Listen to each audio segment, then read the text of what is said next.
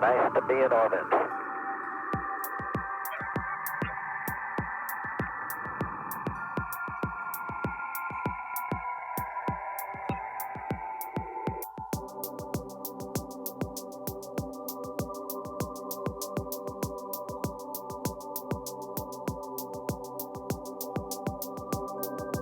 Discovery's 4 computers now have primary control of critical vehicle functions.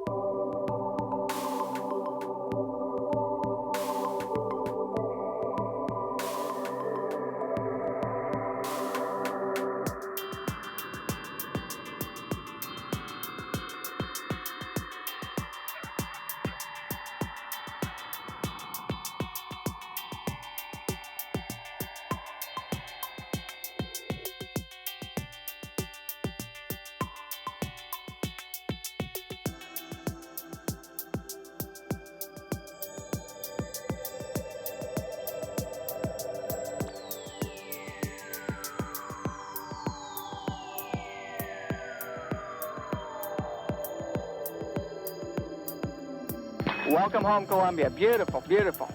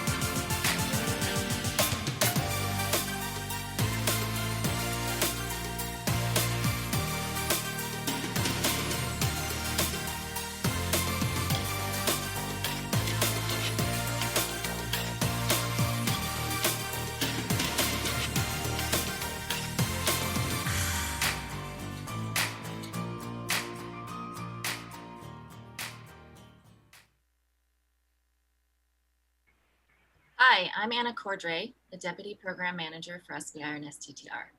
I often find myself sitting in a room full of new faces, which today would be a Zoom gallery, having to introduce myself. Most of the time, mentioning NASA elicits nods of approval.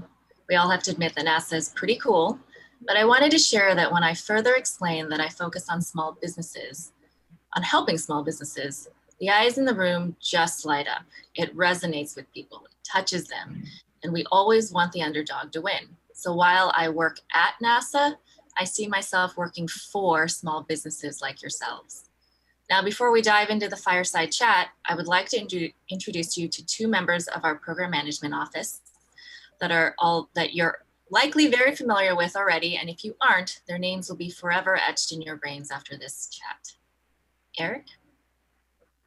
Thanks, Anna. My name is Eric Smith. I'm the Chief Customer Officer for the NASA SBIR STTR program.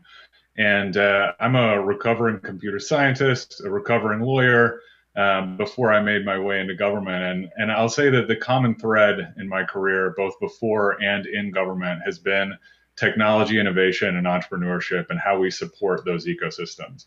So it was with great excitement that I joined NASA not all that long ago to help this particular space ecosystem develop its technologies and get it out into NASA and into the marketplace. Bethany? Thanks, Eric. I've spent nearly my entire career as a civil servant and the last 11 years at NASA. Most of that, I was negotiating, awarding, and administering federal research and development contracts. And my favorite part of that position was the chances that I had to work with small businesses. So when I joined the SBIR and STTR program, it re-energized me. I really, truly love putting my talents toward helping connect small businesses with NASA funding and other opportunities. And that's my primary role as the outreach and engagement lead is to help connect you with those opportunities. So Bethany and Eric play two of the most important roles in terms of your journey and experience with NASA, SBIR, and STTR. I've asked them to join me today to help dig into how your voices influence the program more than you will ever know.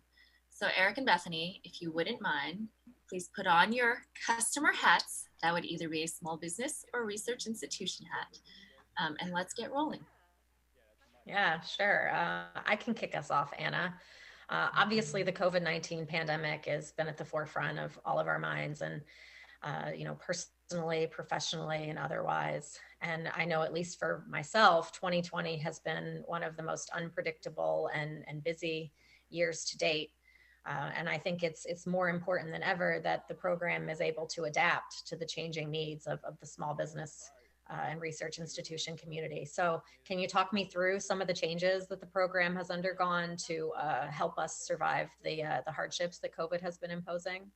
Sure. So you are absolutely right, Bethany. This year has thus far been one of the most challenging and unpredictable times for a lot of us.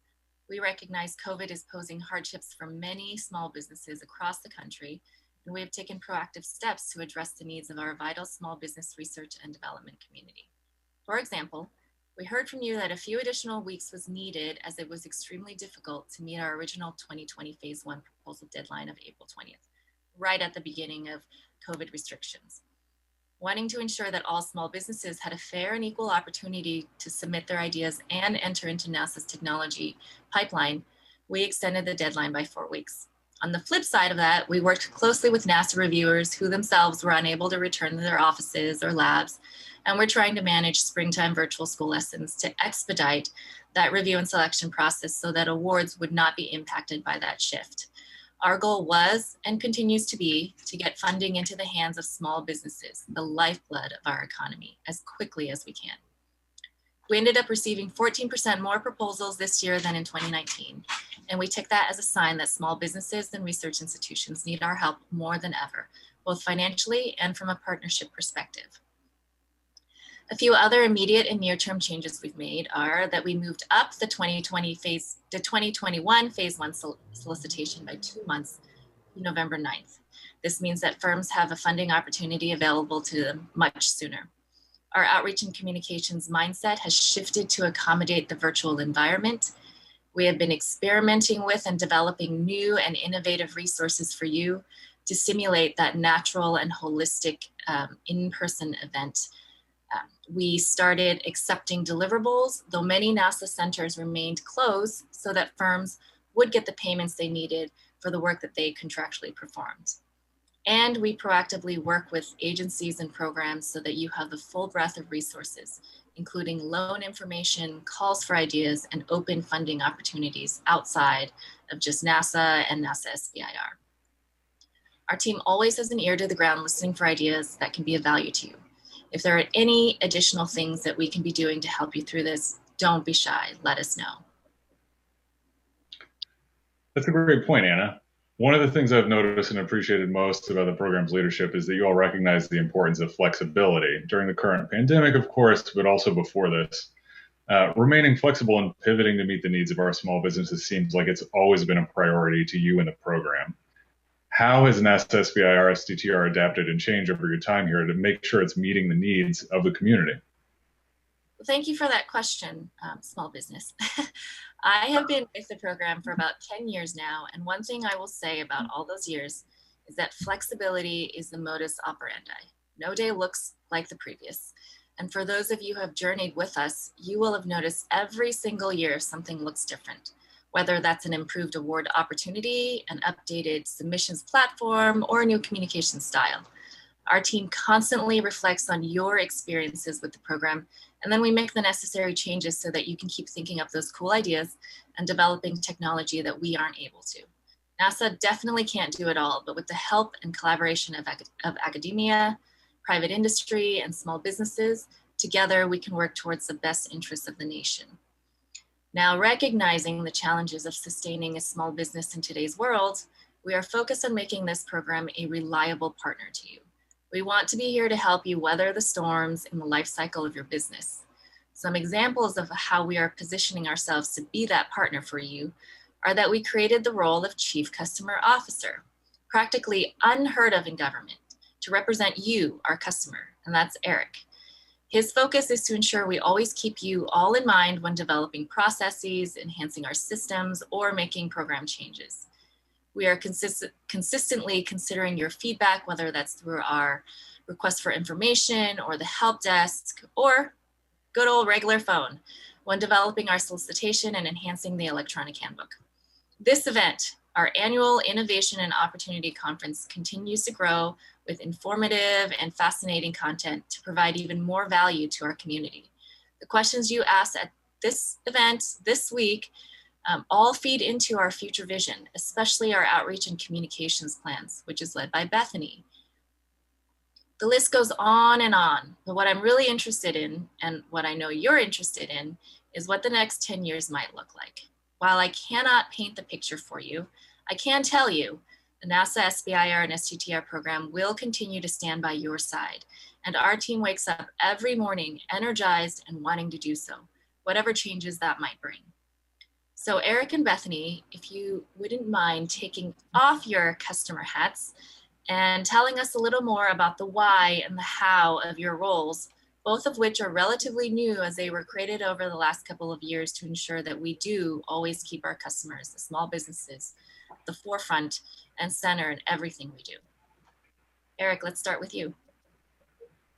Thanks, Anna. As Chief Customer Officer, I see the kind of core of my role as being the representative of you, the small businesses, our customers inside the program.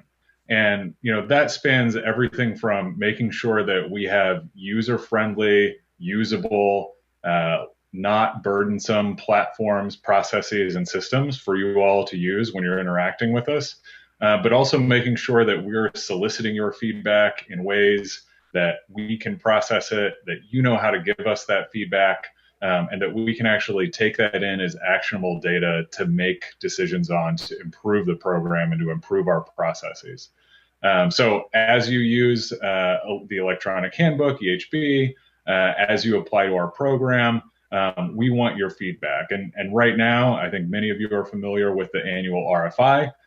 Thank you to those of you who responded to that at the end of our 2020 Phase 1 solicitation. We'll continue to do that going forward. And we'll also be rolling out new ways for you to provide feedback, like through our help desk, so that we can better serve you through our processes, through our programs, and through our platforms. Keep an eye out for all of those. Thank you, and I'll turn it over to Bethany. Thanks, Eric. As the outreach and engagement lead for the program, my job is to make sure that we're reaching you in a variety of ways to make sure you're educated and you're staying connected with the opportunities that we have available for you. Some examples of what I do in that role is I'm responsible for the quarterly newsletters and other email communications you receive. I oversee our outreach calendar, which last year included 75 distinct events all over the country. And I lead our involvement in the biggest event for us annually, the Innovation and Opportunity Conference, which for the past 2 years has been hosted via public-private partnership with the Colorado Business Development Foundation. Now this year, there are a number of differences. We're hosting this event ourselves. Obviously, we're 100% virtual, and there was no registration fee. We've been excited to be able to offer that opportunity and to really right now capitalize on the power of virtual engagement to reach you. Now, I mentioned just a moment ago the public-private partnership that brought the IOC to life. And I just wanted to take a moment to say how grateful I am for the wonderful partnerships we're able to foster through our outreach and events.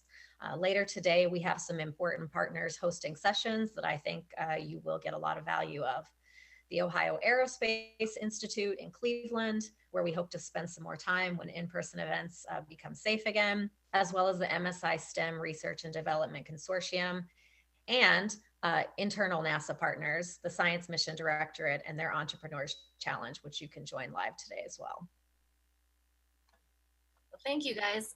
With just a few minutes left, any final thoughts for our small businesses and research institutions, those folks in the audience, about how they can stay connected with our program and with us and continue to provide that feedback on how we can best serve them now and in the future? Yeah, that's a really important thing, Anna. Foremost, remember, we're here to help you. So make those personal connections with us. We hope that you took advantage of the networking available through this event and that you use the time you have left today wisely.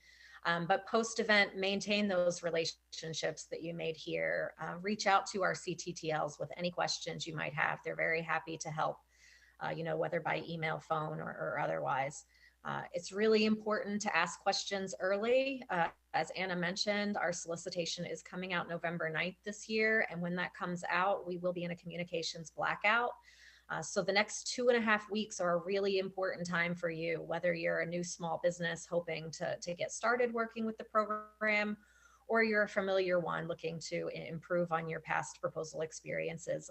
Make good use of the next 2.5 weeks to reach out. And finally, your success is our success, and we want to hear about it. Please take some time to get inspired by reading the success stories on our website about the unique small business journeys through the program, and share back with us when you have successes of your own. We love to hear them. And I'll just add to that, Bethany, we want to create processes, platforms, and systems that work for you. You are our customers. Especially as our program looks to grow and evolve over the coming years. So I'll say, again, I'll double down on before, please provide us feedback at any stage in the process. But let me also say, be honest and unsparing with that. That's the best way for us to learn and improve how, our design choices are making an impact on you as our customers, and for us to be able to iterate and evolve on that. So we hope this session has helped you better understand all the ways that our program is keeping you at the center of everything we do. Thanks for listening in.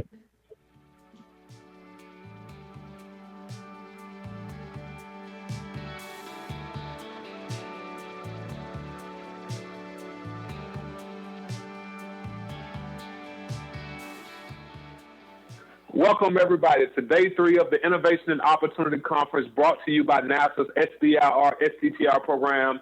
I am Dr. Quentin Bonds, one of the center leads for the SBIR program at the NASA Goddard Space Flight Center. You've heard this 2 or 3 times, but I'm co-hosting this event with the Mike Benji. Mike, you want to give him a wave on the last day? So if you're wondering why the schedule is a little turned around, we're experimenting with something at NASA called quantum theory. And with quantum theory, you can kind of move things faster than the speed of light. So we decided to do a go back in time, a kind of a time travel where we started with the schedule, with the introduction. Hey, let's do a quantum experiment on the Fireside Chat, which I hope you all had hope you all enjoyed. So anyway, to start this day off, once again, the audience has been awesome. You all have been very engaging. You've been participating in the polls. You've been engaging in the chat feature. I've even been seeing some buzz on LinkedIn myself. Today is the last day. What you say, Mike? Oh, no, I'm not in my head here. Keep going. Oh, okay. All right. Yeah. So with today being the last day, it's structured a little bit different. And Mike and I are going to kind of get into that. But basically, this is the objective of today is partnering. This is our partner program day. So some of the sessions will be a little bit kind of on top of each other. They're going to be going on concurrently. If you're an engineer I would say they're going on in parallel. But Mike will talk a little bit more about that. All right. If you're scheduled for a one-on-one, all right, this is also the days for our today. We're also doing a bunch of one-on-ones with the NASA representatives. Check your emails and your calendars. There should be links there of how to meet with your respective representatives. These meetings will be on Zoom, and they're happening from now until 4 p.m. All right, so you should have calendar invites. Again, if there's an issue, there's an envelope link on the agenda. Just click on that envelope link and let us know we have an agenda. Now, Mike, I've been running my mouth. Talk to the people. Sure. Hey, everybody. I'm Mike Vinci from Kennedy Space Center. And it's been really quite a privilege to be the co-MC for this event. It's been very enjoyable. And we really appreciate all the activity and involvement that we've had through the chats and everybody's responses. So please keep it up. So we're in the home stretch. And looking through what we've got after the Fireside Chat from earlier today, there's going to be a bunch of acronyms that get thrown at everybody, and I want to take a second on this spot because if anything, NASA loves acronyms. So some of these acronyms are actually from outside NASA, and I want to just kind of touch over some different subjects that are really important to us. So in terms of the MSI STEM Research and Development Consortium session, so Minority Serving Institute, MSI, STEM, Science and Technology, Engineering and Mathematics, Education, I guess you call it, Research and Development.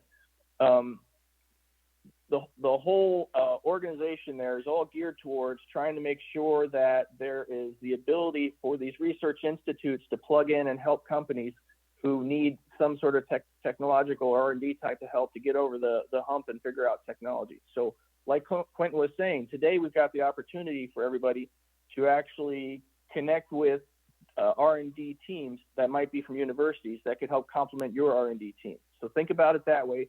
And conversely, universities, if you have some things you want to suggest to a company or two, I'm sure they'd be all ears. So please take advantage of the networking as much as you can.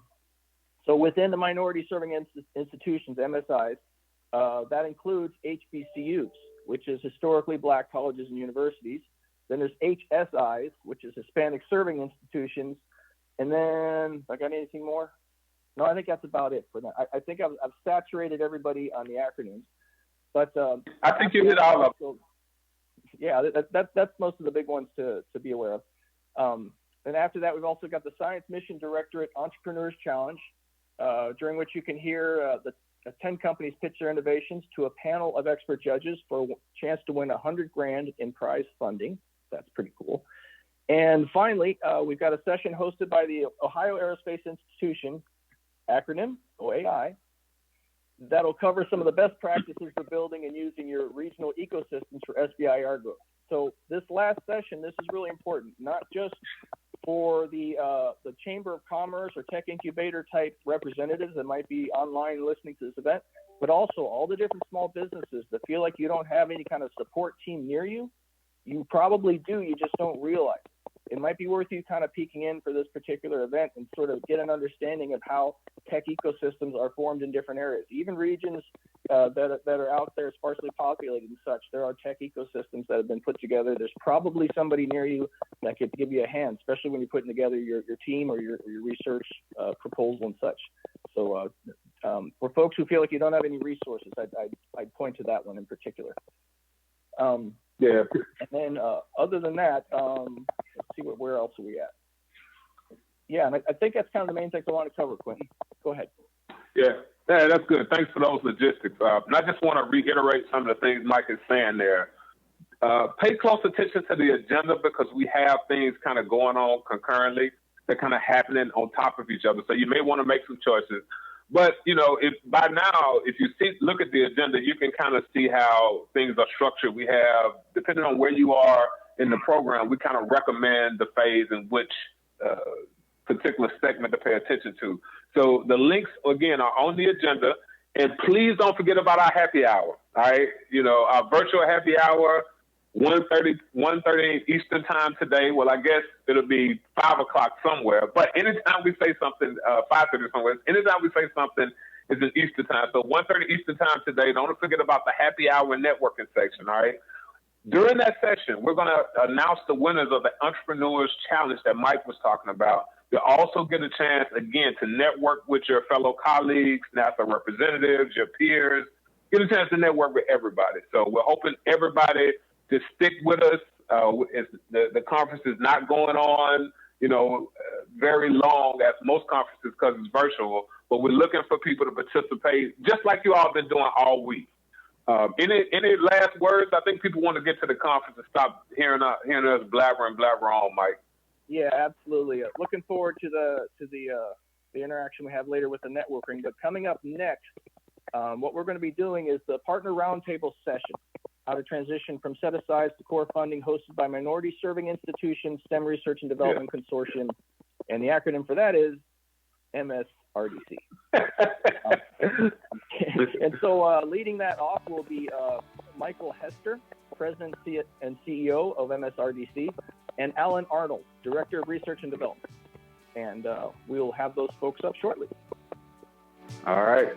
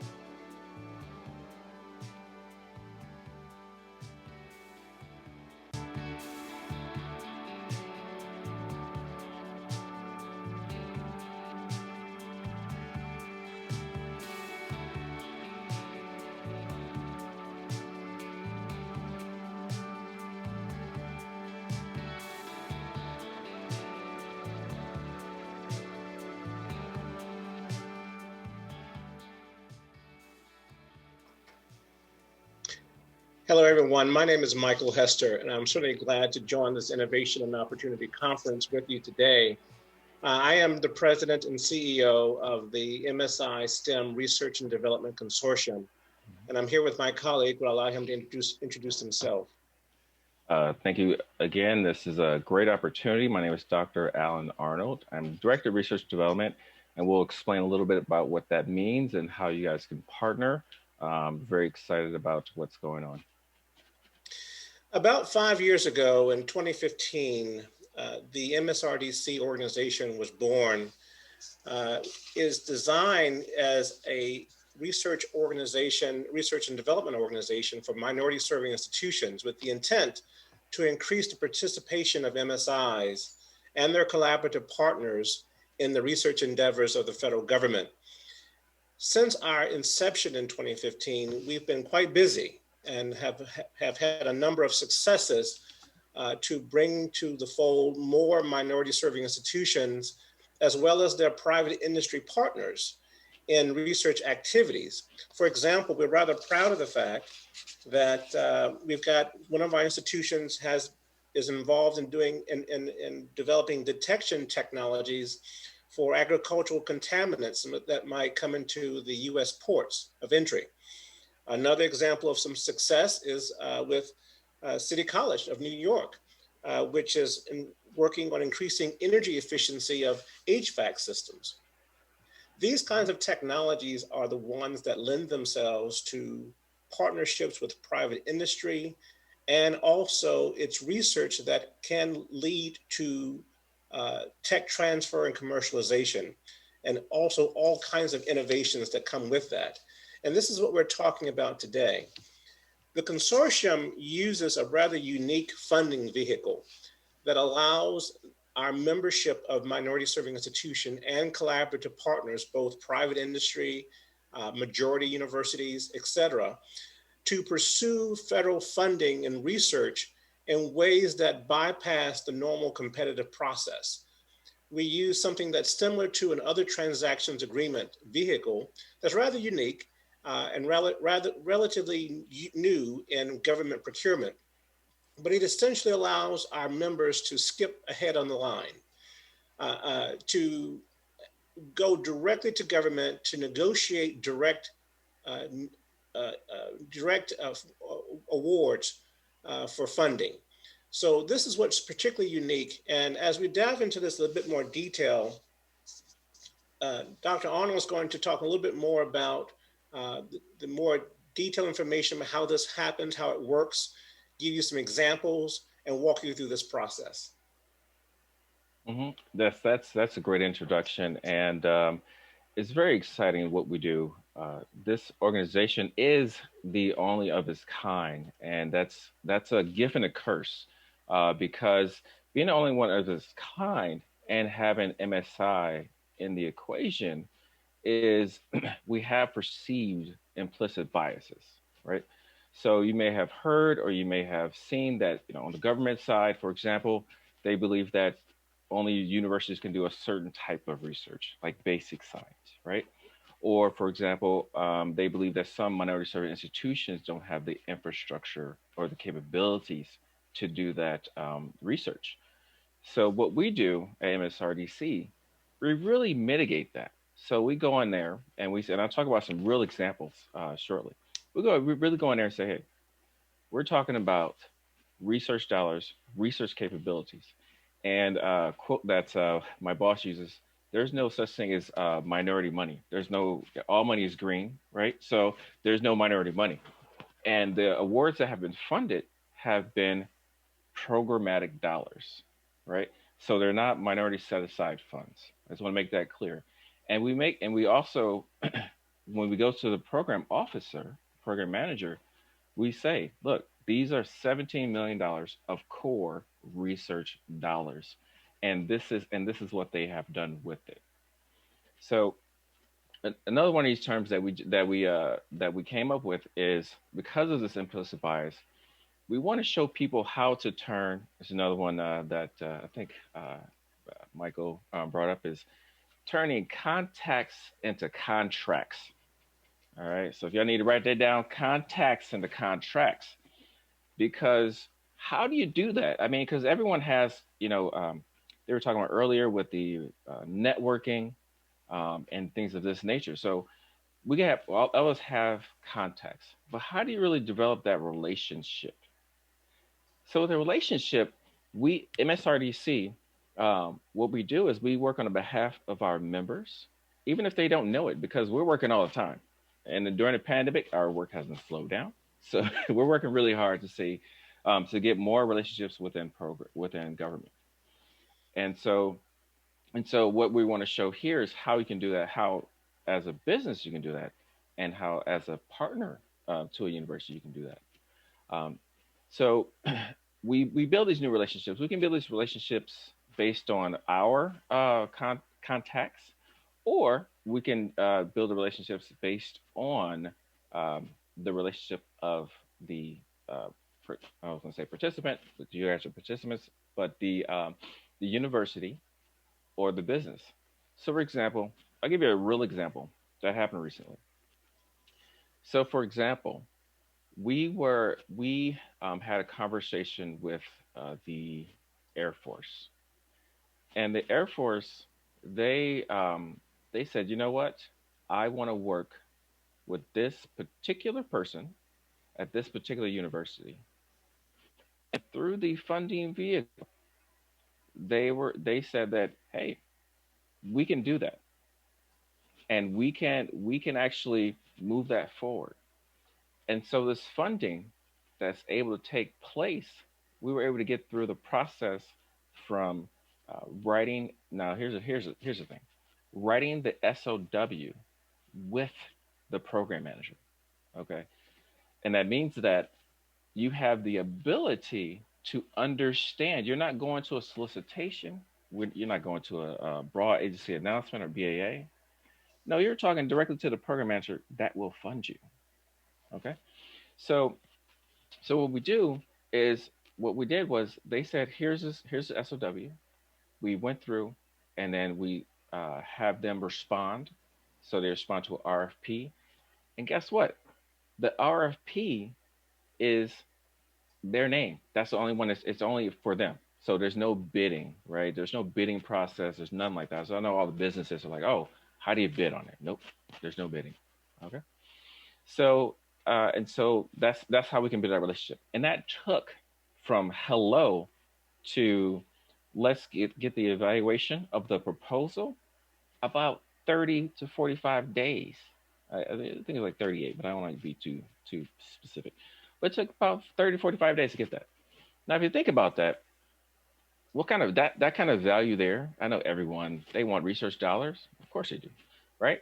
But if you can bring in dollars in that amount of time, that is what's really important, right? For researchers, and for us too, and for businesses. So another one. So now this is a business relationship or conference. We had another example with the Office of Naval Research, and this is where we went out to them and said, hey, here's our consortium of members, as well as our collaborative partners who are businesses. And I'm going to pause there just for a moment, because we did a little bit of research prior to this conversation. And we said, we found actually some people who were signed up for this session. We're going to actually take them and bring them to the Office of Naval Research to say, these folks can partner with these universities. So if you're interested, I would encourage you guys to reach out to us, because some of you, we will reach out to you anyway, because we already did some research, did some due diligence. So what happens is, so we had one university, the MSI, which is City College in New York. So there's, of course, HBCUs. City College is a Hispanic serving. There are also ANAPEZs, tribal colleges. ANAPEZs is American, Asian Pacific, and Asian Pacific Islanders, tribal colleges, etc. So we partnered City College, which is a Hispanic serving, and they have a collaborative partner, which is University of Delaware. Okay, and they're a non-MSI. So some people think, well, if this is MSI, then we can't partner if we're a non-MSI. No, yes, you can. You can. We can't partner for a business. Well, you can. So we had another business. We had a business there, Arma Inc., and they were a collaborative partner with this. And so the really neat thing was, what we do at MSRDC, we don't want to just matchmaker. You know, people think, oh, you're a matchmaker. No, we want to actually bring good people together to do high quality collaborations and partnerships to move things forward. So we actually spoke to and reviewed the proposals and actually worked with all these folks to create a proposal that is refined, okay? And it is exactly what the program manager wants, because the program manager can talk to us and say things a little differently to us than they can necessarily say to the performer. But we can tell you, like, yeah, you should emphasize this. And that's where where the real value comes in, right? And another example, we have there's a department, we have the Department of Energy, and there's another one, City College. So City College, they're just they're really on fire, and we can talk about that as well, about actually leveraging the funding vehicle, right? So if you want to really get the actual full amount or full value of it, you have to use it, right? Yes, you can sit back and do nothing, and hopefully somebody we can find your capabilities and match you, which you have for some of the participants of this call. But if you really want to leverage it, you have to be a little bit more, be proactive, right? So one other one, we spoke to a PI at a school, as we City College again, and he has a relationship with a program manager at Department of Energy. And we talked to that program manager. We're like, oh, yes. So let's get this together. So we talked to him and we said, hey, let him have the first crack at writing the SOW. And I'll pause there. Writing the SOW, have the first crack at it. And that's completely legal. I'll say it again, that's completely legal. So that's where that gift and curse comes in, because some program managers like, wait a minute, you can't do that. Well, yes, we can. And those funded projects are underway right now. So that's just a typical partnership. So if you want to partner with an MSI to work on any, now let me bring this up, it is any federal agency, okay? Any federal agency. So if you have a relationship, any federal agency. So how does this relate to SBIR, spinouts, STTR? So we can use this core research dollars, okay, and leverage that for projects that lead to an SBIR, or it leads to spinouts. So for example, if you're working with somebody and you spin out a company, that's over there, you spin that company out. But the research and the theory is still there, right? So you can still continue funding on the project that you're working on and spin out companies and still keep continue with funding. So those are just a couple examples of how we work with our members and how we really leverage their capabilities. One of the things that we say is that, you know, we don't, there's underutilized, right? No, we want to say this is utilized and this is leveraging the capabilities. So I'll pause there because there's a lot of information, and we're really excited about it. And we're excited about this NASA partnership. And we also work with the Small Business Administration and quite a few other folks. So I'll open up there to questions, if there are any questions, and we can go from there. So let me check the question here. And please, add your questions to the box, and we can go there. So one of the questions we have is, what are we doing to reach the real diverse communities which are not reflected in the national makeup? Oh, love that question. Thank you so much for that question. What are we doing? That is where this call right here. So if there are underrepresented businesses, underrepresented universities, reach out to us. So we proactively reach out to you, but you can proactively reach out to us. So, and what we do, this is, I know some of my colleagues are watching, and what we do is we really look at the trends, okay, and the market analysis of where funding is going, who's funding what, right, and how is it switching. So it's very interesting. There's an election year. You guys may not know. There's an election year. So we looked at the budget and we saw that cybersecurity is really high right now. But then in FY20, but in FY21, it switches to emerging threats. So what does that mean? Well, there's going to be a new or continuing administration, right? An election.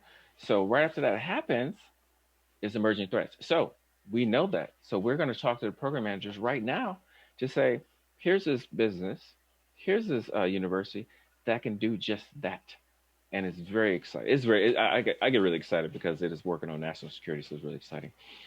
So we proactively work with anyone to get these things going. Michael, did you want to add anything to that? Yeah, well, what I would say is that in answering that particular question in terms of the outreach to diverse and underrepresented groups, we are constantly making it known to various universities and other small businesses, small minority businesses as well, about the consortium and that we exist. One of our challenges, quite honestly, is that what Alan has been sharing with you, it is a very unique kind of consortium, a very unique kind of group. And to our knowledge, it is truly the first of its kind. What that means is that with its newness and how we are able to use this particularly unique cooperative agreement or this unique funding vehicle that we have, it turns the entire procurement world upside down. And so what Alan has been sharing about how the process works and how our members are able to go after non-competed awards and to secure those awards without having to go through the normal procurement process, it tends to be, because it is so unique and so out of sorts, it sounds almost too good to be true, but it truly is.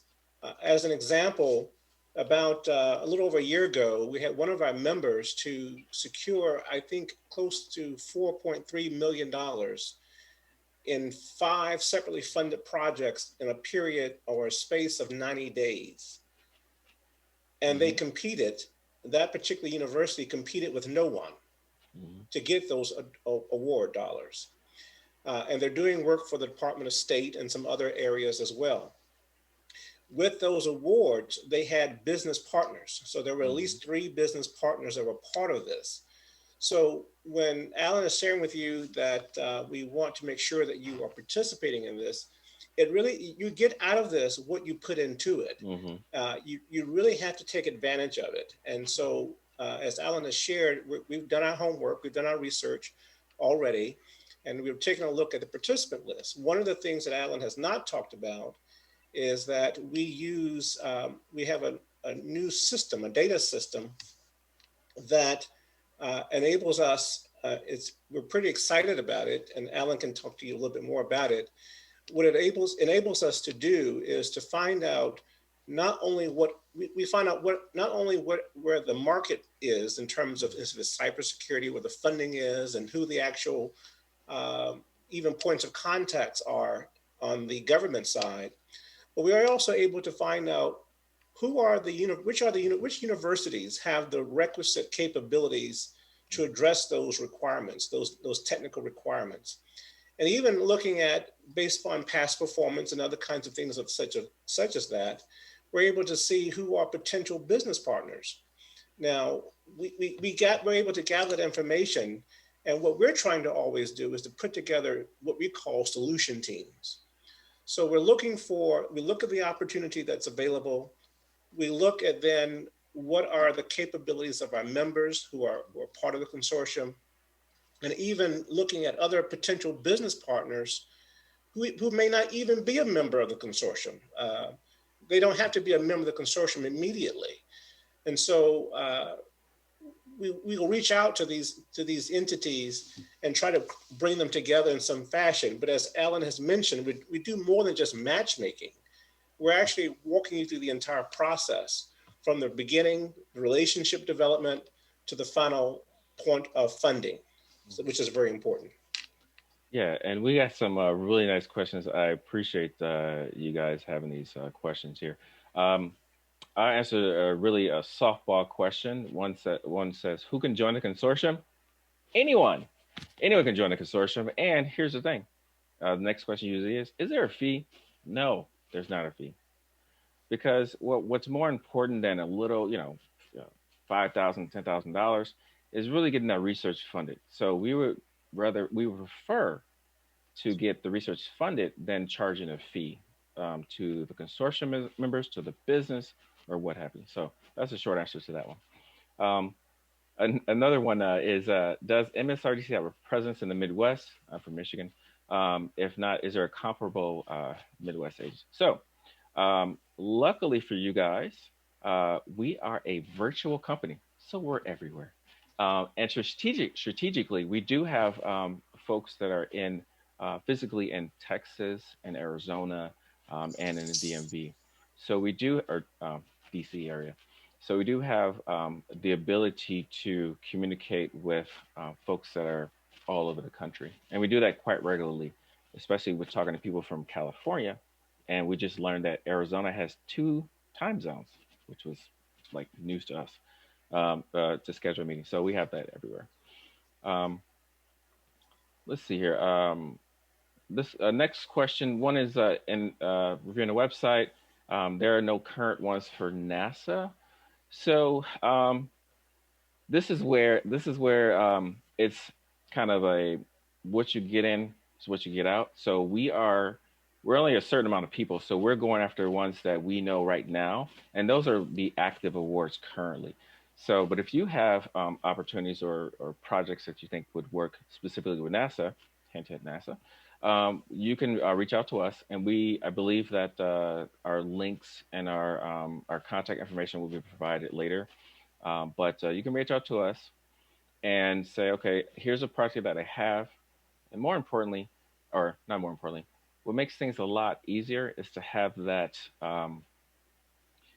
program manager name or program manager contact, because what we found is that the relationship with the PI and the program manager is way more critical than our relationship, because we can say that you can do it, but if the program manager knows that you can do it, then that's golden, if you will.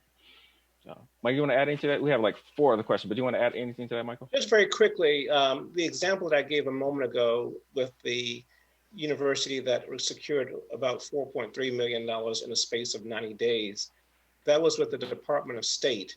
And prior to that example, we had not worked with the Department of State. So that's an example where if there's an opportunity that you want to pursue, you've got that relationship, you can leverage your membership in the consortium and the use of our funding vehicle to secure that award. So if there's something at NASA that you want to pursue, there's nothing prohibiting you. And as Alan has mentioned, you've got that relationship, that's perhaps the most important thing. What happens is that you're bringing this particular funding vehicle to the equation, which is one of the most important pieces of the equation. You can have the relationship, you can have the capability, but you had to have the funding vehicle. And so we're helping you bring that funding vehicle to round out the equation. Yes. So this next question, you're going to like this question, Michael. He said, person says, what have you found to be the most challenging hurdles working with HBCs and MSIs working with the government? What has been those hurdles? So I'll let you have a first stab at that one. Well, there are all kinds of challenges, and I don't think that the challenges we encounter are not necessarily specific to HBCUs or Hispanic serving institutions or MSIs as a whole. I think, and it's not inherently because they're minority serving institutions. I think it's more of a function of their challenges when you're working with any entity that looks or seeks to do business with the government. As all of you probably who are participants in this particular session today already know, that working with the government is difficult. The government as a buyer of your goods and services has very specific regulations on how they do business. And you have to understand how that process works. So if you are a university that has limited experience, or you are a business or just getting started, and you have limited experience and understanding of how all of the nuances of the rules of doing government procurement and the procurement rules and regulations, it's going to be very difficult. So I would say that there are a number of challenges, but I don't think that those challenges are because they are minority serving institutions. I think the challenges are because these are many schools that don't have a long track record of receiving federal funding. And that would be the case whether it's a minority serving institution or not. That's a great segue into the next question, Michael. I'm going to let you keep going on. You're on a roll. Next question is, starting a small business can be very complicated. How can MSRDC help small businesses navigate these waters, those waters? Well, it's a lot of what I've been saying, what we've both been saying so far. You are quite right. As a small business, this is going to be a rather daunting process. And particularly if you're trying to talk about innovation and SBIR, STTR, it's really far down the spectrum in terms of complexity.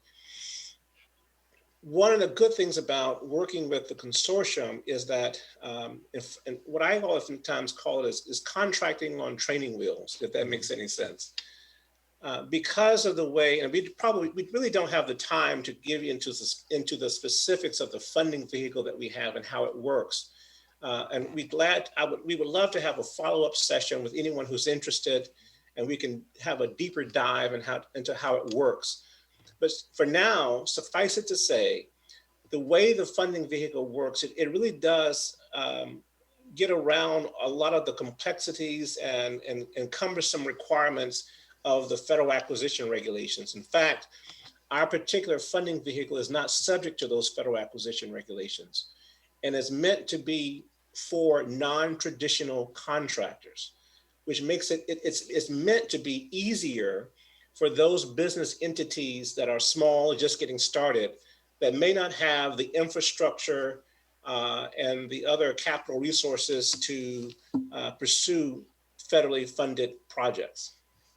Yeah, and just to add on that note, we are the fiscal agent.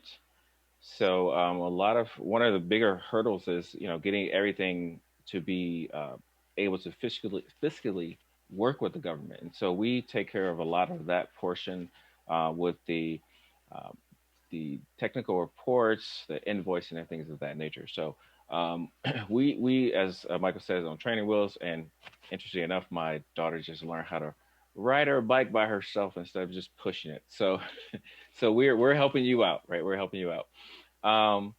And this is a nice one, Michael. It says, how are your members able to work together to achieve success with the government? You want to take that one, or you want me to take it? Well, I'll start it, Alan. I think you can finish up some of the examples that you had raised earlier.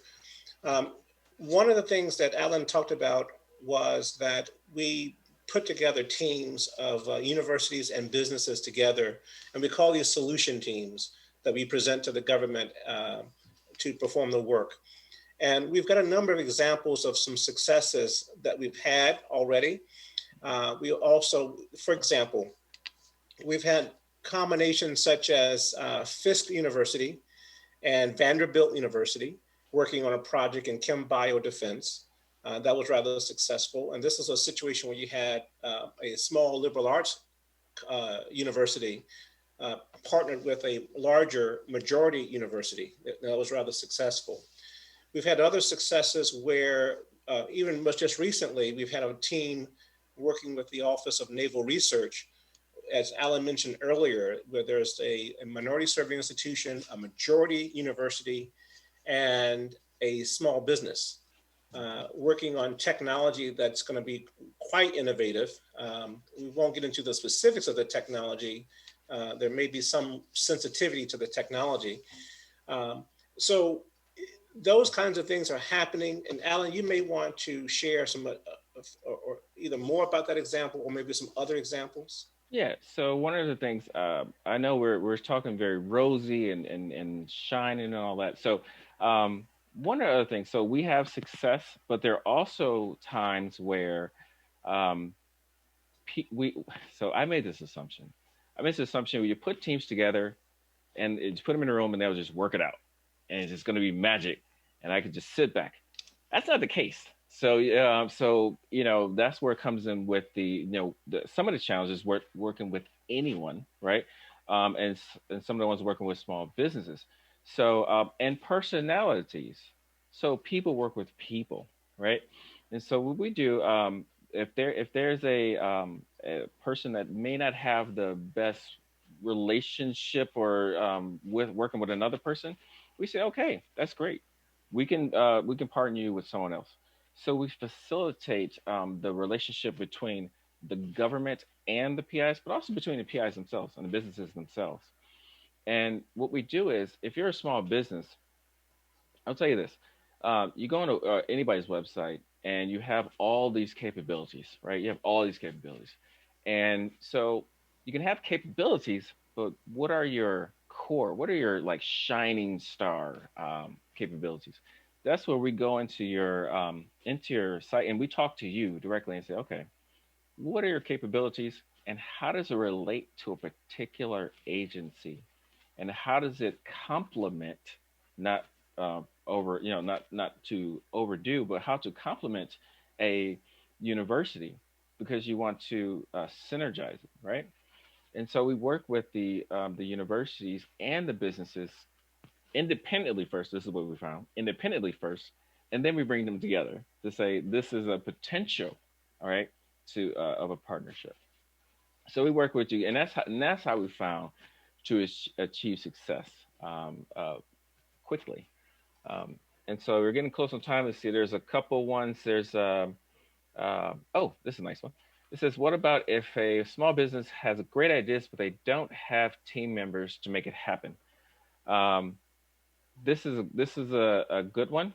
And one of the things that we'll say is that's fine, right? Because that is what we do. And Michael mentioned this earlier. We have this system that we created. It's called it's a research capability system, which is called, we call it RCAPSYS. So we had to put another acronym in there. And so if you have an idea, what we can do is search that technology in our system and find collaborative partners for you. And this is all done passively. And we have hundreds of thousands of potential people, PIs to work with. And so that's how we can work with someone who does not have partners. So you don't have to have a partner, not right now, but if you do, great. If you don't, we can help you as well. One of the questions here is, if I'm already engaged in a local intermediary, how do I leverage your services? And are there local ones to further support the research? So again, being that we are a virtual company, we can facilitate our services anywhere. But one of the things some of the things that we do, we're not the only place in town. There are SBDCs, there are other places. So we can kind of talk offline. You can send us an email later and we can kind of further talk about that particular instance with how to leverage and leverage resources to further those particular intermediary services. And so one last thing, there is the steps. So I'll briefly talk about just, there's like, we have, I think it's, Michael is a great business person. His business mind. So we have about 10 core business steps, and some of them have like ABC under them. And we actually walk through each one of these steps, from engaging the program manager to creating a business plan for you, a business strategy, and we further walk you through the process. And here's one of the things that I believe, I'm not sure, not 100%, that other places don't do. Again, we're not the only place, but okay, is that once you get funding, we continue to work with you, right? So through the process, throughout the close of the project. So as there are meetings with the program manager, and as you're doing research going forward, we are looking at your research, not to say, what is your research, but to leverage that research for another project, right? So that's called follow-on or new agency, right? We have done that many times. And so we are, so we work with you through the whole process. So we want to have a relationship, a long-term relationship with the agencies, but also a long-term relationship with you. And so we have, for example, there are a couple of universities like City College of New York that has 10, I think 10 awards now. And another university has, it was 5 just in like 3 months, right? 3 or 5 months. So there's lots of ways that we can further this conversation. I do want to make one note. We are working with the SBA in collaboration with STTR, SBIR, STTR, and we have webinars coming up, and you can follow up there. And you can send us an email to bizdev, BUS development at MSRDC.org. Or you can follow up with the persons at the ILC to provide our contact information. Please feel free. Also on our website, we have a section where you can submit your capabilities. So it's also really nice to submit your capabilities so we have an idea of what you're doing before we had a conversation, so we have a fruitful conversation. And you can list in there the potential places that you want to go, agencies you want to go, and potential program managers that you may have. One last thing I'll say is it's very interesting. If you have this happened recently, if you have a relationship with a program manager and a project that's not even related to that program manager, once you have that relationship, they said, you know what, I'll find a way to fund it, or I will find somebody who can. So that's where those relationships are really important. But yeah, you can send us an email, and we definitely will be here and facilitate anything that we can do for you. Alan, in the last few seconds that we have left, I want to thank all of the participants of this session, as well as all of you who have participated in all of the Innovation and Opportunity Conference with NASA. And so thank you for your time, and we look forward to having some follow-up with you, and we encourage that to take place. So thank you very much. Thank you guys so much. And I think we can wrap up. I think we have like 60 seconds left, but so thank you again. And this is really exciting. I'm not sure if the other moderators might.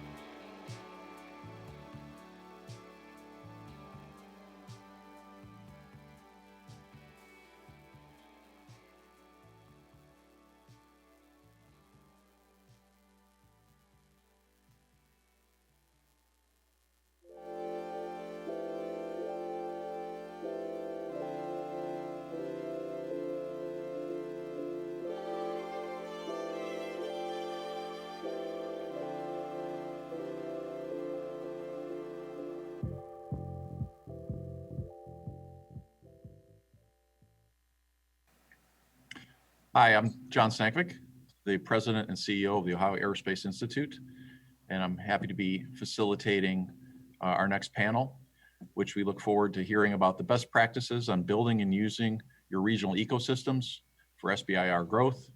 And this is hosted by the Ohio Aerospace Institute. We have a very diverse panel with experience, and so very lucky to have all the speakers today.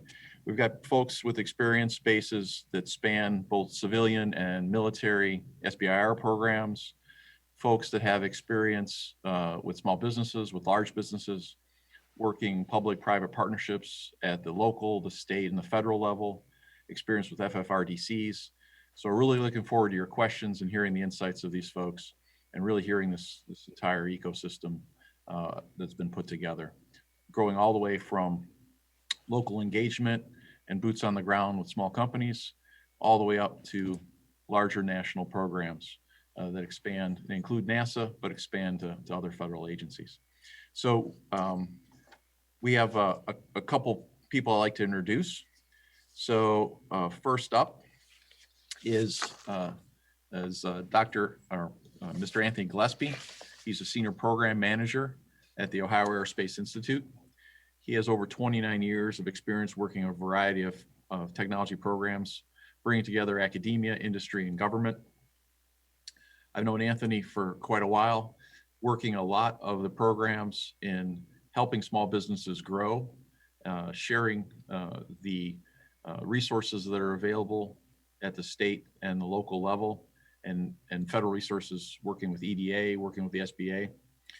Anthony works at the Ohio Aerospace Institute, but has experience with economic development in multiple states, including New Hampshire and Ohio, and technology-based economic development at Battelle. So Anthony, please, if you'd like to share a little bit more on what you do, and specifically, if you'd share a little bit about what you're doing leading the SBA FAST program. Sure, thank you, John. I'm going to share my screen here. I have a few slides. It's a little easier to talk to slides, at least on my end here. So I'm going to pop those up here. As John mentioned, I work as a senior program manager with the Ohio Aerospace Institute. A little bit about us is we're a nonprofit research institution that's been around a little over 30 years. And really, we have a focus, especially within the aerospace industry. But given the technology nature of aerospace, we really get involved in a lot of different areas, working with stakeholders in industry, university, government, and nonprofit sector. We have offices in Cleveland, Ohio, is where our headquarters, and in Dayton, and we do a lot of federal government contracting work. So a little bit more about what we do as far as our specific areas of focus and just the area I get involved in. It really comes down to we work you can split it up into two major areas. One from a research institute's perspective, and as far as from a research development, we get involved with doing direct research primarily for the federal government, but we also have some commercial clients. And then we also, from an innovation and technology perspective, really get involved in doing a lot of collaborative research with either the government or other stakeholders that I mentioned earlier. It could be industry, it could be in partnership with small businesses as well as other large businesses as well.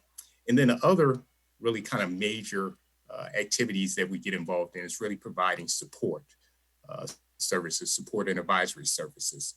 And those are the three buckets that are mentioned on this slide in terms of membership and advocacy, where we work with our stakeholders to really connect up to technology companies. Secondly, as far as our education area, really establishing a next generation of STEM talent. And then the area I'm involved in as far as the business assistance area with a focus towards SBIR. A little bit more about my role as far as, and my team's role as far as the business assistance services. We have a focus on the Small Business Innovation Research Program. Probably you've heard over the last few days as far as, working with NASA as far as their program.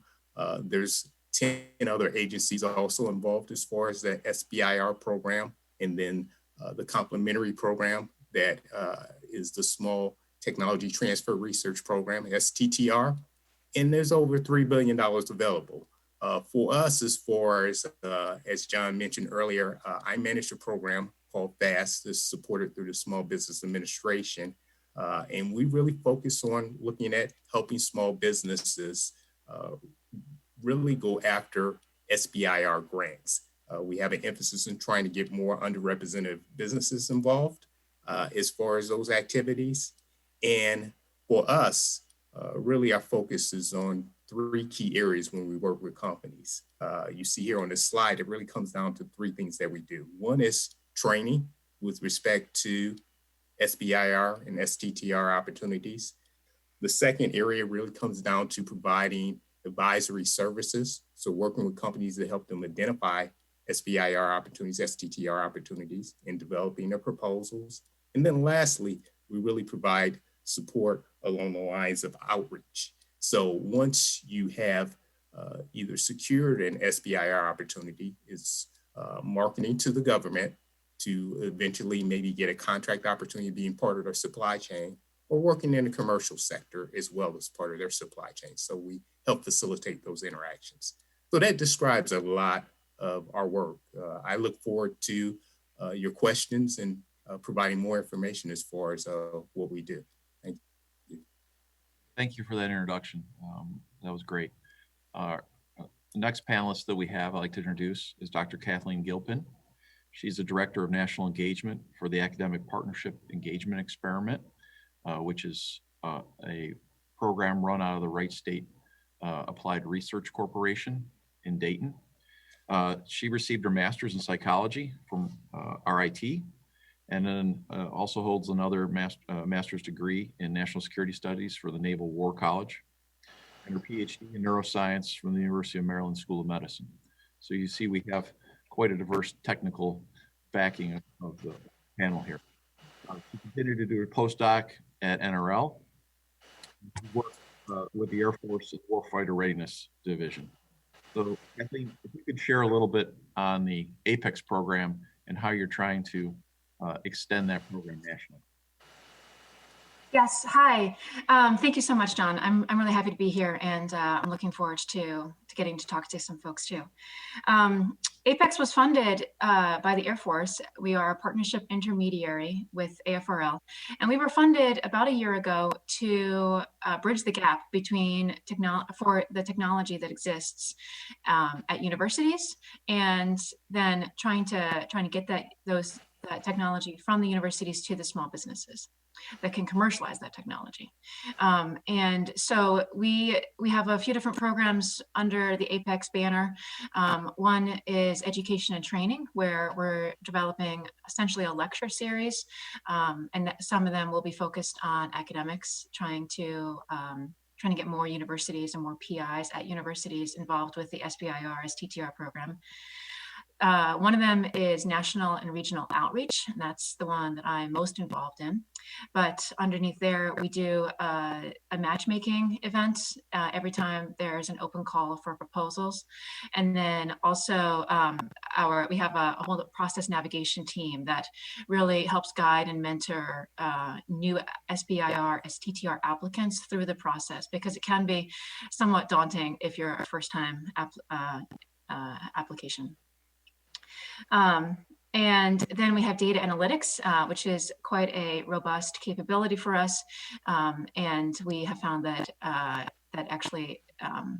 that is a very popular service that we offer to a lot of different people. And then we also have creativity and innovation. And under that, we do blue sky events, and then also a lot of ideation work as well to help form teams. So we really feel like APEX is uniquely positioned to be able to bridge the gap from bench to business. And we started out from a regional perspective, and now we are growing to a national perspective. And again, working with the universities to get them paired appropriately with a small business to commercialize their technology, and then linking them to the government, because we understand that you can't just pick up a phone and call the Air Force. And we have people on our staff who have worked with AFRL for years, for decades, quite honestly. And they know a lot of people, and oftentimes it's all about who you know. So we're able to connect people with the government in that way as well. And we're finding that actually it is, it's becoming more of a necessity to have a government customer earlier in the SBIR STTR process. And so Apex is able to help with that as well. And that's all I have for in terms of answering the question about what Apex does and who we are. But I am really looking forward to answering any other questions anybody has. I'm going to key on a couple things that you said. One is how daunting the process could be to small businesses. And I think that two small businesses that we have here that were able to navigate through the process can kind of share a little bit of that and give encouragement to those that are signed up to this panel, that are listening in, that want to participate in SBIR, but are a little afraid of, you know, the working with the government, because it could be overwhelming and you see all the programs. So I think really the purpose of this panel is to kind of encourage those companies and show them there's a lot of resources out there to help you. We're all out there to help, and you can succeed.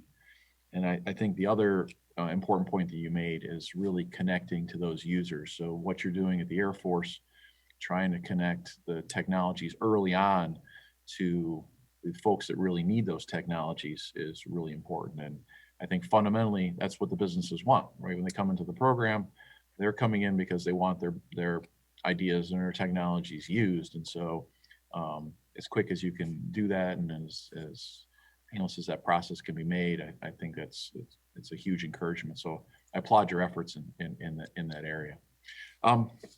So a little bit now with the two successes that we have, and to kind of share their experiences. So next we have Matt McFeeters, who has 10 years of experience in biomedical optics and sensing. So I have a little intersection with you there. I'm a biomedical engineer. So kudos to you for getting your technology off and running through the SBIR program. He's the co-founder, and he currently serves as the CTO of MSTAT. He's the operating architect for its dental diagnostic device, which has a critical role in preparing, and he has a critical role in preparing and submitting SBIR proposals for that device, including the one that was just awarded by NSF. So Matt, if you give us a little bit about what you're doing at your company, and a little bit like what you'd like to share about your experiences in SBIR. Thanks, John.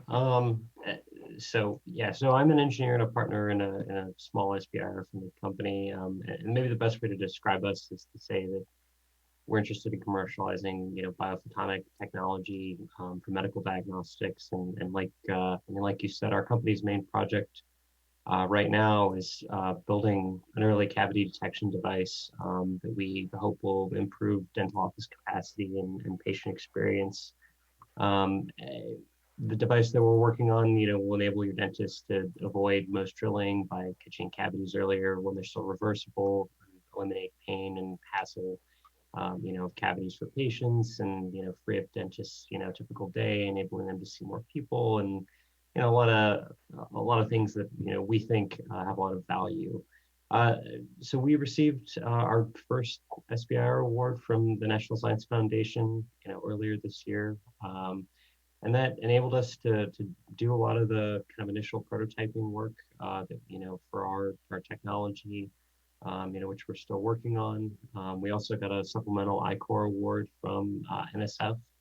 And shout out to OAI for, mentoring us through that experience. That was really helpful too, for helping us really place where, our stuff, where our technology, ought to be, commercialized and marketed.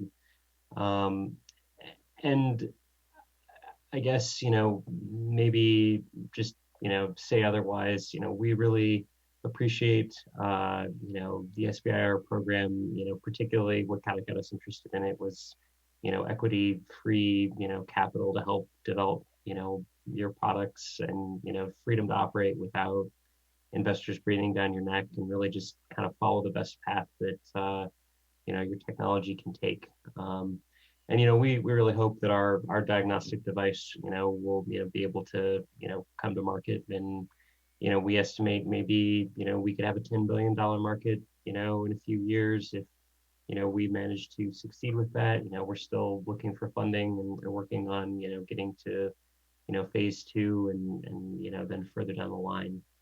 I think maybe that's all I have to say for now. I think we'll have plenty more questions that are starting to roll in to share with you, but that's a great overview. Again, congratulations for winning that NSF one. I know NSF is one of the largest phase 1, so I'm sure you're pleased with that too. So next we have Justine Blank, who's the co-founder and vice president of a high-tech startup that's based in Youngstown, Ohio. There she leads the design and development of embedded RFID products. So she's currently using additive manufacturing to produce rapid prototypes and developing those RFID devices for use in extreme environments such as aerospace. And she's a member of NASA's Advanced Air Mobility Supply Chain Working Group. And her company, EPI, holds multiple patents in RFID technology, and really is also linked with a lot of large industrial companies, including Parker Hannifin Corporation, where they're helping them with their supply chain work. So Justine, could you give us a little bit about your experience in SBIR and STTR? Sure, thank you, John. So when I was asked to perform this or be part of this panel, we're very new to the process. We've been in business for over 30 years. I have a lot of experience in systems integration and high-tech integration for our customers. But what we didn't think about is we're always looking for new customers, but we didn't think of the military. We didn't think of the Department of Defense. I think it's a misconception for a lot of small businesses that it's very difficult to get into be a supplier for the Department of Defense. And we have had a lot of mentors educating us and saying, you know what, you need to look into this. You need to expand your base. So we did. We started coming to OAI events. We started learning on our own, just walking through the process. And it was overwhelming at first. John, the solicitations, 50 or 60 pages of governmental talk that if you are not part of this, it's difficult to understand. But my biggest learnings through this is I don't need to know everything there is to know. I'm surrounded by all of these experts, and that's where we've been successful. We've tapped the experts, and they've walked us through the process. So we just applied for Agility Prime for the first time, our first application in outside of commercial.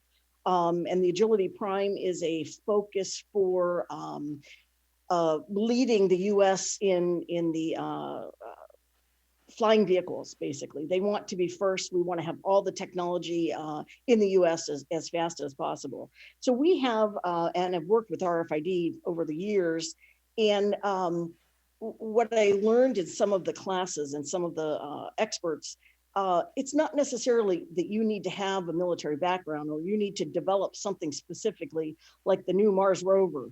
You need to look at what you do best, and what we do best is RFID, and how can we work and how can we give a benefit to the Air Force, and specifically the flying vehicles. So that we applied for our first phase 1, and OAI has helped us, coached us. And last Friday, we just received news that we have been awarded that. So that was when I first got asked to do this, we were in the process of applying. And so we're very pleased to have a phase 1 for the first time. We're going to be working with the government.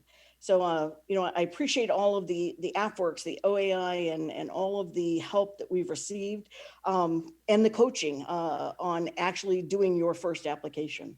So we look forward to experiencing the AFWorks and the Agility Prime, and look to expand in other areas. So thank you again for having me. No, thank you. And, your two companies are exactly the kind of folks that that we want presented, right? So the folks who have won 2,000 SBIRs, they already know how to do the process, and they have a whole different business model. But you two are there with your innovation that you've come together. You need a little help from the government to kind of get over that hump, use the government as a venture capital investor, and develop your products both for the government and as a commercial space. So exactly the type of companies that we want to encourage, and your experiences are. It's always nice that you won too. So it's really good that you won. So now you can share that. So a couple questions now from the audience are starting to roll in. So I'll start sharing some. So first one's to Anthony. You're involved in SBA's program to help increase small business participation at the state level through the FAST program. What do you see as some of the barriers to prevent small businesses from engaging with the SBIR program? One is one of the biggest challenges in being realistic is really cash flow. And having the adequate cash flow to actually apply to the program. It takes some time to go through the process as far as an SBIR. So that's always a challenge, having adequate cash flow on hand, or having the funds on hand to go through the process. Another area is really awareness, the lack of awareness. Typically, small businesses, they know their space. Either they're strong on the technology side, or they may have their business network, but really considering the opportunity to work with the government a lot of times is not in the forefront. Typically, most small businesses that are in the technology space look at, equity financing, and they're going to become the next, Facebook or Microsoft or Apple as far as through an equity event. But there's funding, as I said before. I mean, SBIR STTR is known as America's Seed Fund Program. This is funding by the federal government to support tech-based development of an innovative idea to meet their needs. And so definitely I invite you, if you're not familiar with it, to contact me, contact Kathleen or other providers in your area to look into the program. Thank you. And the next one's to Kathleen. So I'm going to take you up on giving her the next question. So, and I chose the backdrop on purpose so you can see a lot of the university flags in our local region behind me, including the big one, the Ohio State University. And so really the next question is, how do we bring in academia? How do we engage academia in it? So Kathleen, with the U.S. Air Force and the APEX program, you're increasingly engaging nationally. STTR is a big opportunity to engage the minds in academia to help small businesses with their technical challenges. So what opportunities do you see, specifically perhaps with academia and STTR, for building networks, not just within a region, but perhaps across regions nationally? Yes, you're absolutely right. I mean, networks are so important, and it really does come down to sometimes who you know. And so we are working to build that network by a few different ways. We will reach out to universities at multiple levels. So we will reach out at the vice president of research level, but also at the tech transfer office level, and then also at the PI level, the people who are actually in the labs creating this technology. And so we take a three-pronged approach with the universities. And we think that gets us like the best information about the university, which is necessary in order to match them in the best way possible to a small business who could commercialize that technology. And we compare them up.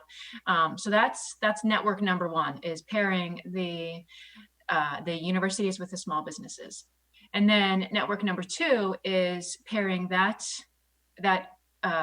partnership with the government. And then there are a few ways we could do that. One is by working through APEX and going that route. Another one is just following places like AFWorks or AFRL, OAI, APEX on social media, and we will often advertise different opportunities to become involved with the ecosystem. That is something that AFRL is is trying to enhance. They really want to get more people involved with their research and their technology ecosystem. And so they do a lot of virtual events, very similar to this one, that where you can really help build your network. And I've had multiple people come tell me, hey, I joined this one specific webinar and it was great. I met this person, and then I met a different person from a different webinar, and then now they can connect those two dots together and they're often running to the races. So I really think that taking advantage of the virtual opportunities that are out there would really be a really useful way to build your network. So I had a question just popped up from the audience, and I'm going to take this one before we move on to some others. But this one says, do you have any advice for companies that aren't in the Cleveland area but are looking for this type of regional support? And so I think I just want to stress to everyone that's in the audience, that, we're giving an example of a regional moving up to a national cluster and a partnership and some examples, but certainly what we're trying to present is that these resources are available nationally. So the FAST program that Anthony runs here in the state of Ohio, there are 23 other states that have FAST programs funded by the SBA. So I'd say, if you're not in Ohio, you certainly could move to Ohio. We'd like that. But you could also reach your own, look for your own FAST program through the SBA and see how that can help you as part of the NASA network. Through this conference, there are 10 NASA centers that are all interested in helping small businesses and actually reach out and cover the entire country. So do that.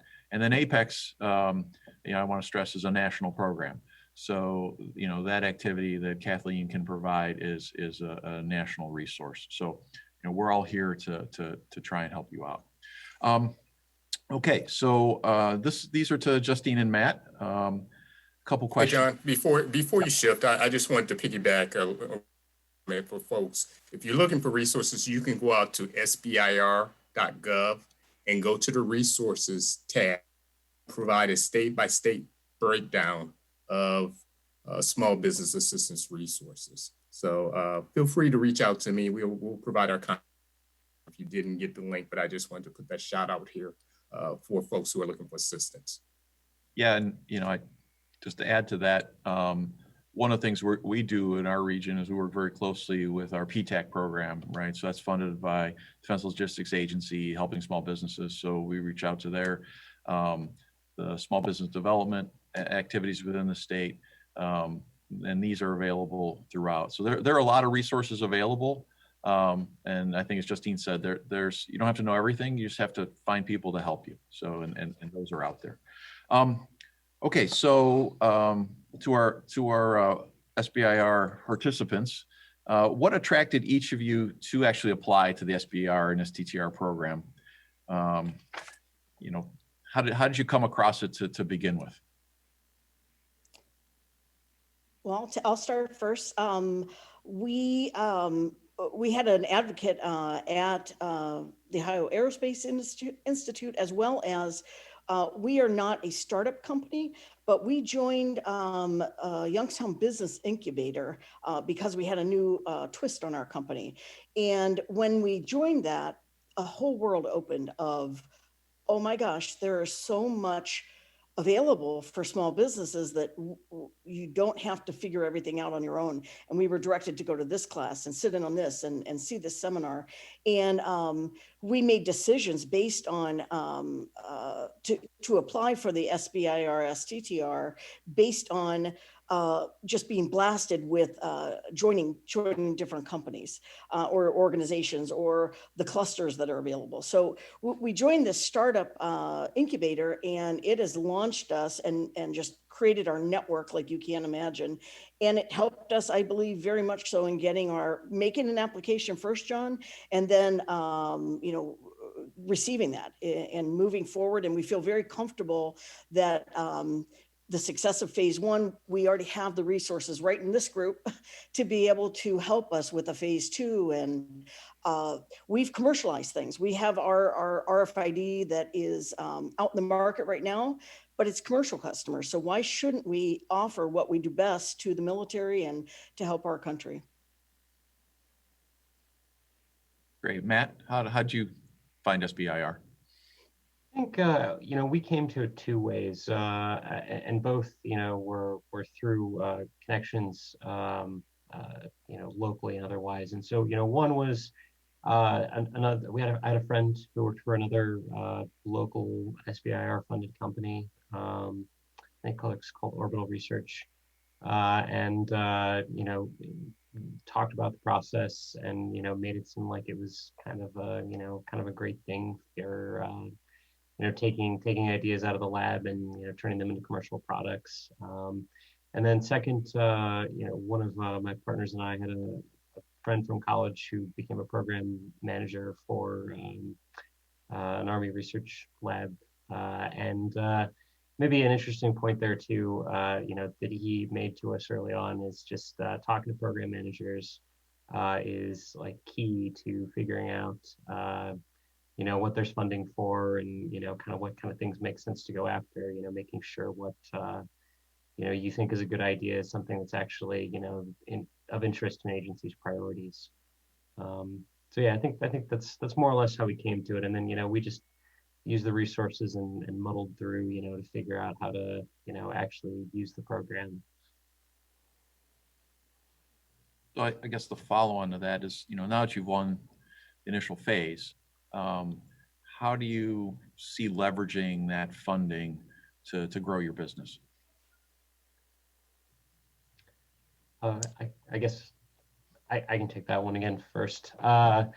So I think, you know, there are a couple of ways, you know, one is continuing, you know, obviously there's a process, you know, where you know, go through the phases of government funding, and that's certainly a thing that we're trying to do.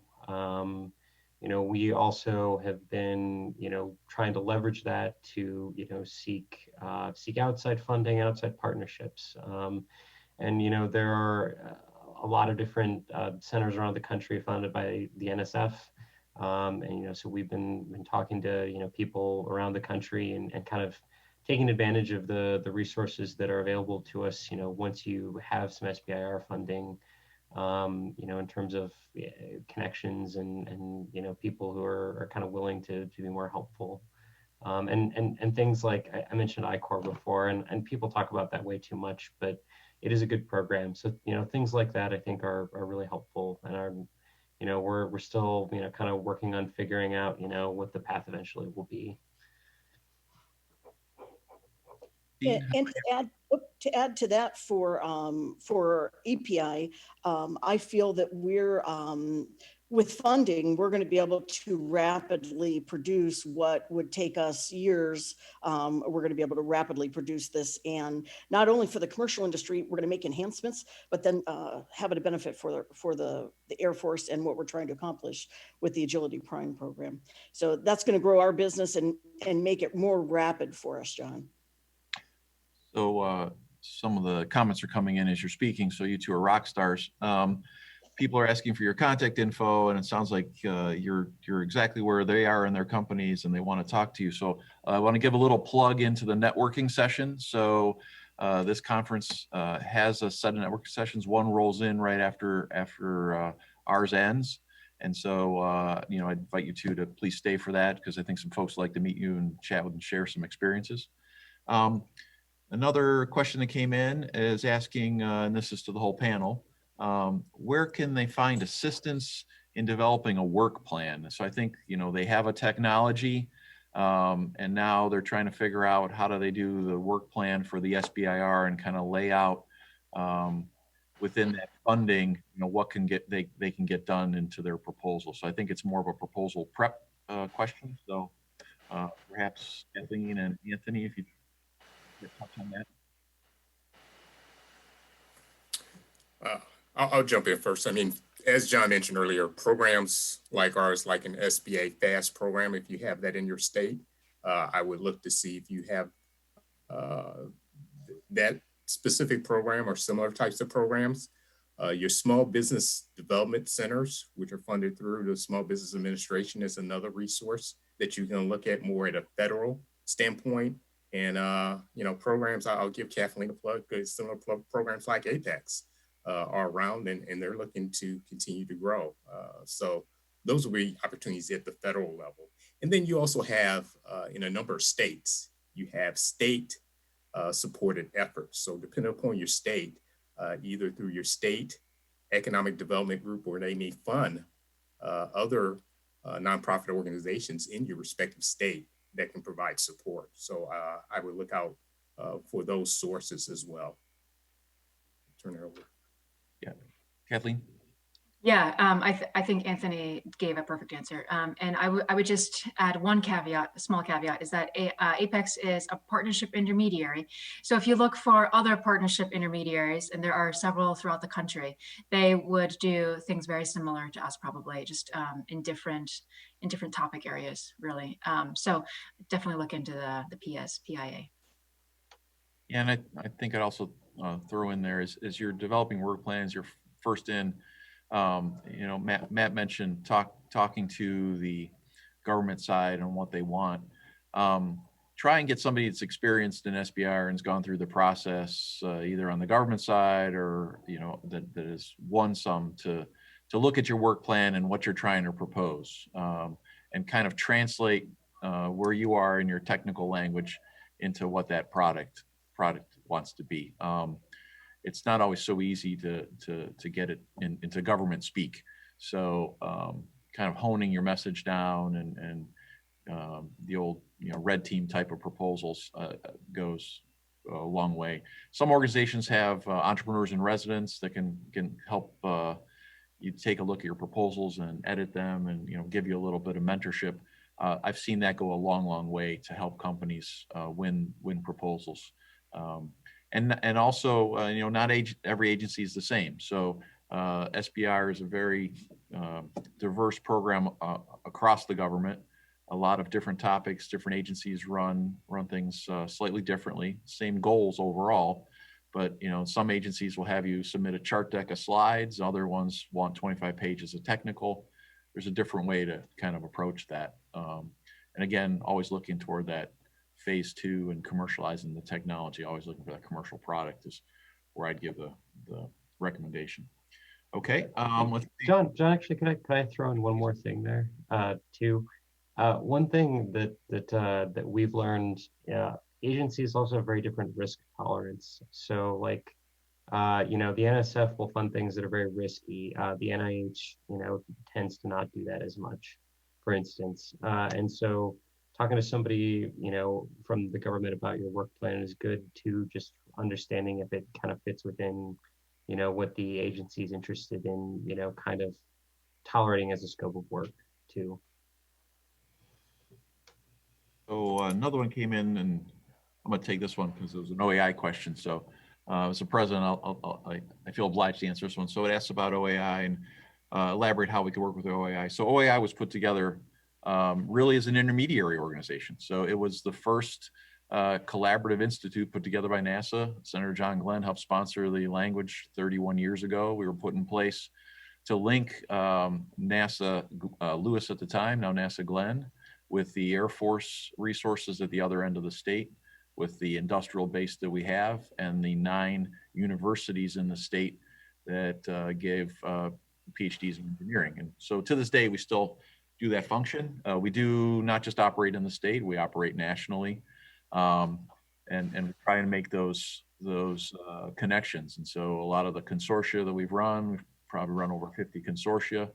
And then the whole section we have in the small business activities, which we've been doing for decades too. So there to help you out too. And if we could help you in any way, just visit our website, oai.org, and we can try and make connections within your own state and within the state here if that helps, within any of the speakers that we have. So let's see. I think we're gonna more questions than time, but let me pick through a couple more here. So this is a big one because this is what everybody wants. So what are some of the challenges to get to a phase 2?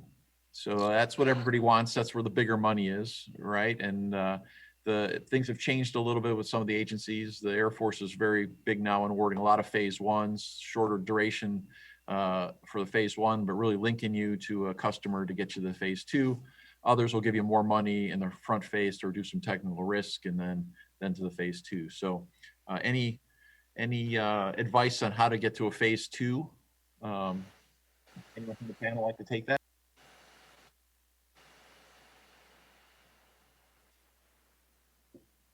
Well, we're not there yet. We just did our phase 1, but I did get some insight from some of our advisors, and we had a commercial product that is selling that we're live with, and they felt that we were a better fit for this fast agility prime, where I literally think we had 20 days or 25 days to submit our proposal. But I think part of maybe our selection or our ability to receive the award was it's done. It's not a research project. It is a commercial product that we just want to shift a little bit and make it a valid product for the Air Force. I hope that helps. I already know that we know what we want to do for phase 2, and we were almost considering doing a direct to phase 2. But the one idea was, or one element that we didn't have is a signed sponsor in the Air Force. And if you're a small business like me, who's never done anything with the military, that's hard to get. You need to use all of the contacts you can get, like OAI and Apex and everyone, to help you get in there and get in front of those people. So I believe if we had that, we may have been a better candidate to go direct to phase 2. But the phase 1 is going to be helpful for us. But I want to just leave any small business out there that's listening, don't be afraid of this process, as we were for a long time. There's so much help out there, and if you have a good commercial product that you're already using, figure out how you can sell it and use it for the military. So real quick, someone else asked if there's some type of a government-wide browser utility that'll browse all SBIR announcements and send them, or if there's a place where people could upload stuff. I'm not aware of that. I think that's certainly a gap. As we go through and I try and help companies, I advise them. I find that the government still does a terrible, terrible job of making their announcements readily available and easily accessible. Sometimes they're behind registration firewalls. Justine just mentioned she had 25 days to respond. It'd be good to have a little bit of extra knowledge, right, and get the data out. But that's part of the challenge, is that there are plans. All the government agencies have plans for their SBIR programs and their announcement dates. And if you kind of get that calendar, you can kind of keep track. But it does take a little bit of effort on the company's part to really keep track and keep registered and be plugged into the system.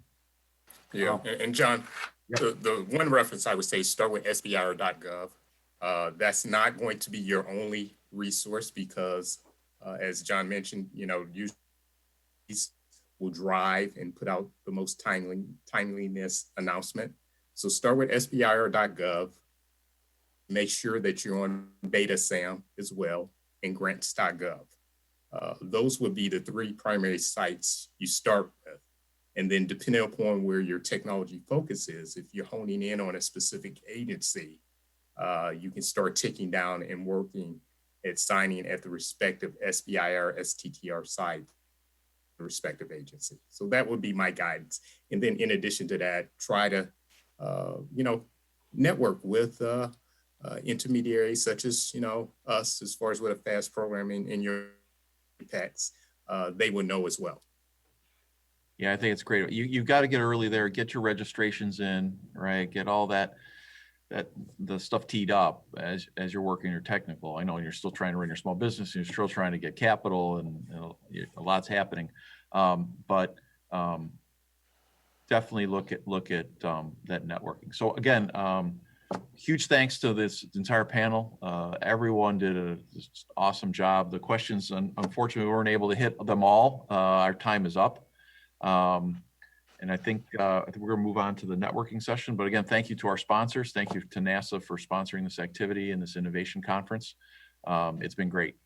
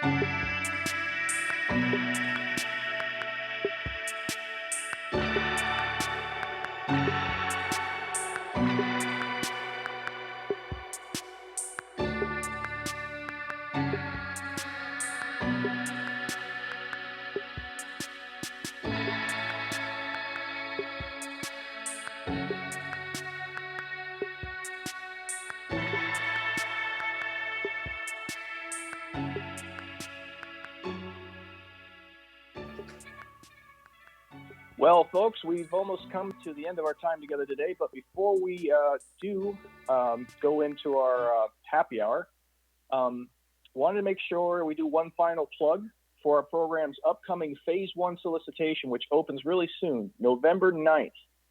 As always, we recommend that you get a head start by reviewing last year's solicitation and looking at what was awarded. And that way you get a better sense of what's going to be around the bend this year.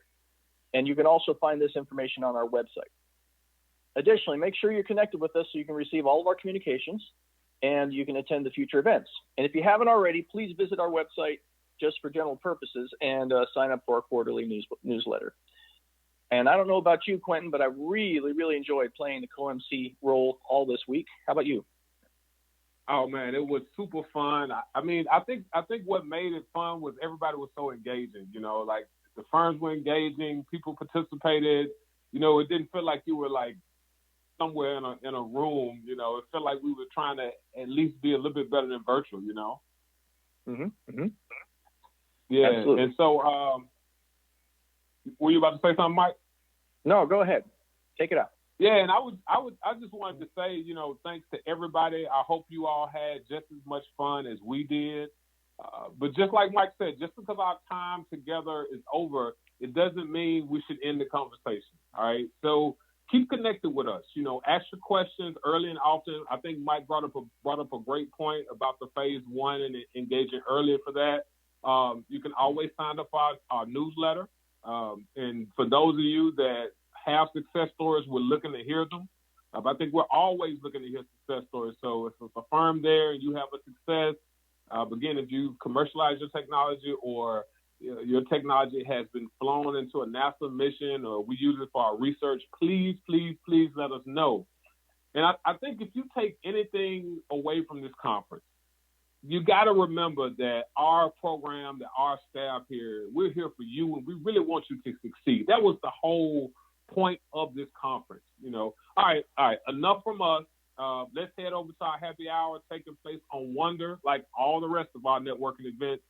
Head back to the agenda, click that Wonder link one last time. This is Mike and Quentin signing off of the 2020 Innovation and Opportunity Conference brought to you by NASA's SBIR STTR program. It has been a pleasure. Take care.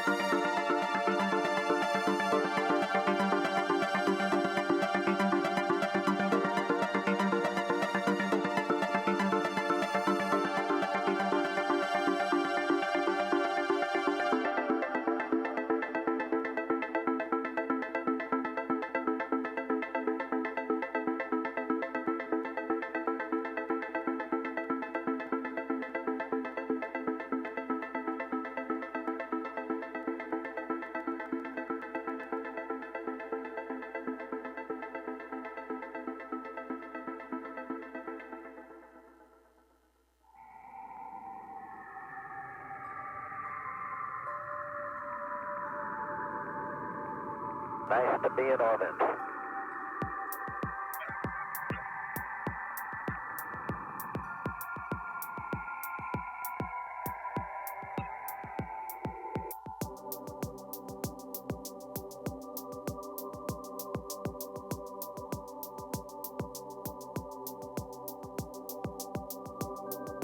Discovery's 4 computers now have primary control of critical vehicle functions.